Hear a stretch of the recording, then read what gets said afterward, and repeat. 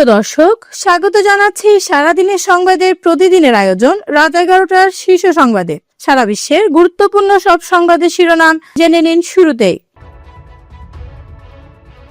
পুলিশের লুট হওয়া অস্ত্র নির্বাচনকালে ব্যবহার হবে না, এটি আমি নিশ্চিত করছি, বললেন স্বরাষ্ট্র উপদেষ্টা। পার্টিকে নিষিদ্ধ করা হয়েছে, কোনো ব্যক্তিকে নিষিদ্ধ করা হয়নি, মন্তব্য ইসি মাসুদের। বাংলাদেশের দাবি না মানলে বিশ্বকাপ বয়কট করবে পাকিস্তান। অন্যদিকে অবশেষে জট কেটে ভিসা পাচ্ছেন পাকিস্তানি বংশোদ্ভূত সহ অন্য খেলোয়াড়রা। চট্টগ্রাম বন্দরের বহির্নোঙরে পণ্য খালাস কার্যক্রম স্থবির। রাজধানীতে কলেজ ছাত্রী সহ 4 নারীর লাশ উদ্ধার। অন্যদিকে পারিবারিক কলহে বাবার হাতে 6 বছরের মেয়ে খুন। দুর্নীতির মামলায় গুপ্তধনের সন্ধান। শীতে ঢাকা ও চট্টগ্রাম বিমানবন্দরে ট্রলি সংকট, যাত্রীদের ভোগান্তির নেপথ্যে কি? 71 অর্জিত স্বাধীনতা সার্বভৌমত্ব রক্ষা করা হয়েছে 24-এ, বললেন বিএনপি চেয়ারম্যান তারেক রহমান। ইরানে বিক্ষোভে হাজার হাজার মৃত্যুর জন্য দায়ী যুক্তরাষ্ট্র ও ইসরায়েল, মন্তব্য খামেনির। যুক্তরাষ্ট্র ন্যাটোতে থাকবেই এমন প্রতিশ্রুতি আমি দিতে পারছি না, বললেন ন্যাটোর সাবেক মহাসচিব। শুনছিলেন সংবাদ শিরোনাম, এবারে বিস্তারিত। ফ্যাশন ব্র্যান্ড মানে আর্ট। আসন্ন জাতীয় সংসদ নির্বাচনে পুলিশের লুট হওয়া অস্ত্র ব্যবহার হবে না বলে নিশ্চিত করেছেন স্বরাষ্ট্র উপদেষ্টা lieutenant general of Jahangir Alam Chowdhury. তিনি বলেছেন, পুলিশের লুট হওয়া অস্ত্র নির্বাচনকালে ব্যবহার হবে না, এটি আমি নিশ্চিত করছি। রোববার সকালে রাজশাহীর সারদায় বাংলাদেশ পুলিশ একাডেমির প্যারেড গ্রাউন্ডে 41তম ব্যাচের শিক্ষানবিশ সহকারী পুলিশ সুপারদের প্রশিক্ষণ সমাপনী কুচকাওয়াজে অভিবাদন গ্রহণ শেষে প্রধান অতিথির বক্তব্যে এসব কথা বলেন তিনি। সরকার একটি রাজনৈতিক দলকে নিষিদ্ধ করেছে, কোনো ব্যক্তিকে নয়, এই মন্তব্য করেছেন জ্যেষ্ঠ নির্বাচন কমিশনার আব্দুর রহমানের মাসুদ। রোববার নির্বাচন কমিশন ভবনে আপিলের শেষ দিনে টাঙ্গাইল 4 আসনের স্বতন্ত্র প্রার্থী আব্দুল লতিফ সিদ্দিকীর মনোনয়ন বৈধতা বহাল রাখার সিদ্ধান্তের সময় তিনি এই কথা বলেন। টি-20 বিশ্বকাপ ঘিরে বাংলাদেশের নিরাপত্তা উদ্বেগ এখন নতুন জটিলতা তৈরি করেছে। ভারতের ভেন্যুতে খেলতে অনিচ্ছুক বিসিবি নিরাপত্তার শঙ্কার কারণে আইসিসির সঙ্গে একাধিক দফা আলোচনা করলেও এখনো সমাধান হয়নি। আন্তর্জাতিক গণমাধ্যমে বলা হয়েছে, বাংলাদেশের দাবি উপেক্ষিত হলে পাকিস্তানও বিশ্বকাপে অংশগ্রহণের সিদ্ধান্ত পুনর্বিবেচনা করতে পারে। এদিকে ভিসা জট কাটাতে চলেছে। আইসিসির সরাসরি হস্তক্ষেপে 42 পাকিস্তানি বংশোদ্ভূত খেলোয়াড় ও সংশ্লিষ্টদের ভিসা প্রক্রিয়া তদারকি করা হচ্ছে। ইংল্যান্ড দলে পাকিস্তানি বংশোদ্ভূত খেলোয়াড়দের মধ্যে আছেন আদিল রশিদ, রেহান আহমেদ ও সাকিব মাহমুদ। দেশের প্রধান সমুদ্র বন্দর চট্টগ্রামের বহির্নোঙরে পণ্য খালাসের চরম অচলাবস্থা তৈরি হয়েছে। খাদ্যশস্য, সার ও শিল্পের কাঁচামাল সহ প্রায় 40 লাখ মেট্রিক টন পণ্য নিয়ে 85টিরও বেশি মাদার ভেসেল সাগরে অপেক্ষায় রয়েছে। লাইটার বা ছোট জাহাজের তীব্র সংকটে নির্ধারিত সময়ে পণ্য খালাস সম্ভব না হওয়ায় আমদানিকারক ও ব্যবসায়ীদের প্রতিদিন বড় অঙ্কের মাসুল গুনতে হচ্ছে।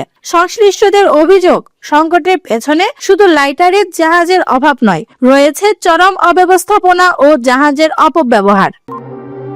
রাজধানীর বাড্ডা, মিরপুর, ডেমরা ও যাত্রাবাড়ি থেকে কলেজ ছাত্রী সহ 4 নারীর লাশ উদ্ধার করেছে পুলিশ। সবগুলোই বাসা থেকে ফাঁস দেওয়া অবস্থায় পাওয়া যায়। বাড্ডায় গৃহপরিচারিকা সুবর্ণা পারিবারিক বিরোধে আত্মহত্যা করেছেন বলে প্রাথমিক ধারণা। মিরপুরে কলেজ ছাত্রী সঞ্জনা ইসলাম মিম ভাড়া বাসায় আত্মহত্যা করেন। হাসপাতালে নেওয়া হলে তাকে মৃত ঘোষণা করা হয়। অন্যদিকে শেরপুরের নকলা উপজেলায় পারিবারিক কলহের জেরে বাবা বাবু মিয়া তার 6 বছরের মেয়ে মরিয়মকে গলা টিপে হত্যা করেন। একই ঘটনায় 4 বছরের মেয়ে মিম গুরুতর আহত হয়ে শেরপুর সদর হাসপাতালে চিকিৎসাধীন।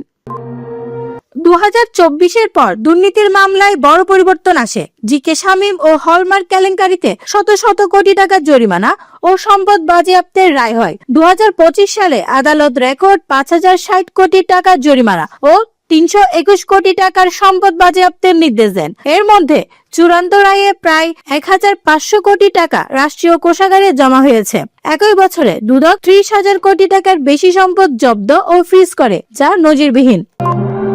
চলতি শীতে ঢাকা ও চট্টগ্রাম বিমানবন্দরে ট্রলি সংকটে যাত্রীদের 1 থেকে 2 ঘন্টা পর্যন্ত অপেক্ষা করতে হচ্ছে।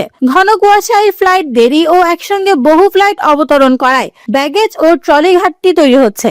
ঢাকায় 8টি ব্যাগেজ বেল্ট ও 3700 ট্রলি থাকলেও পিক আওয়ারে চাপ সামলানো কঠিন। সংকটের বড় কারণ শাহজালাল বিমানবন্দরের ILS ক্যাটাগরি 2 ডাউনগ্রেড হয়ে ক্যাটাগরি 1 নেমে আসে। রানওয়ে লাইটিং ক্ষতিগ্রস্ত হওয়ায় কুয়াশায় ফ্লাইট ডাইভার্ট হয়ে পরে একসঙ্গে নামছে, ফলে যাত্রী জট ও ট্রলি সংকট বাড়ছে। বিএনপি চেয়ারম্যান তারেক রহমান বলেছেন, 71-এ অর্জিত স্বাধীনতা ও সার্বভৌমত্ব 2024 সালে আবার রক্ষা করা হয়েছে। বিএনপি ক্ষমতায় এলে 2024 সালের গণ অভ্যুত্থানে শহীদ ও আহত জুলাই যোদ্ধাদের জন্য মুক্তিযুদ্ধ মন্ত্রণালয়ের অধীনে আলাদা বিভাগ খোলা হবে। রোববার খামারবাড়ি KIB মিলনায়তনে শহীদ আহত পরিবারের সঙ্গে মত বিনিময়ে তিনি একথা বলেন। ইরানের সর্বোচ্চ নেতা আয়াতুল্লাহ খামেনি দেশজুড়ে বিক্ষোভে হাজার হাজার মানুষের মৃত্যু ও ক্ষয়ক্ষতির জন্য যুক্তরাষ্ট্র ও ইসরায়েলের সঙ্গে যুক্ত শক্তিকে দায়ী করেছেন। তিনি ট্রাম্পকে অপরাধী আখ্যা দেন এবং বলেন, বিদেশি ষড়যন্ত্রে এই সহিংসতা হয়েছে। ইরান যুদ্ধ চায় না, তবে দায়ীদের শাস্তি দেওয়া হবে। মানবাধিকার সংস্থা HRAN বিক্ষোভে 3000-এর বেশি নিহত হওয়ার কথা জানিয়েছে।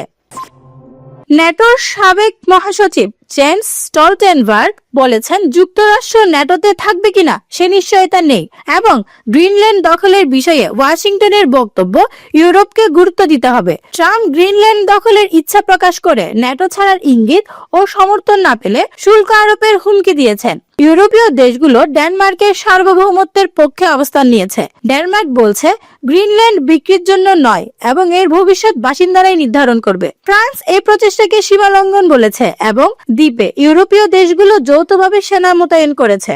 দর্শক, এতক্ষণ আমাদের সাথে থাকার জন্য ধন্যবাদ। সারাদিনের গুরুত্বপূর্ণ সব সংবাদ জানতে ভিজিট করুন www.saradinersongbad.com। Fashion brand Mani Art.